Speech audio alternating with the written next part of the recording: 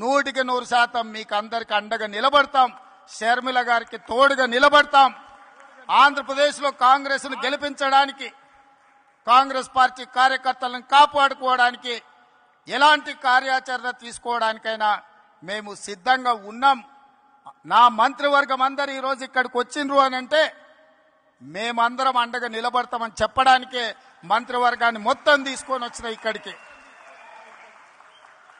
నేను ఒక్కడనే వచ్చుండొచ్చు, లేదా రాహుల్ గాంధీ గారు పంపించినట్టు సందేశాన్ని కూడా పంపించుండొచ్చు.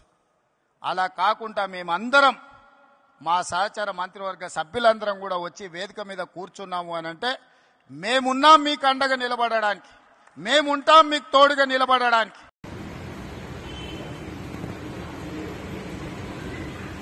మాటలు సదిరినట్టు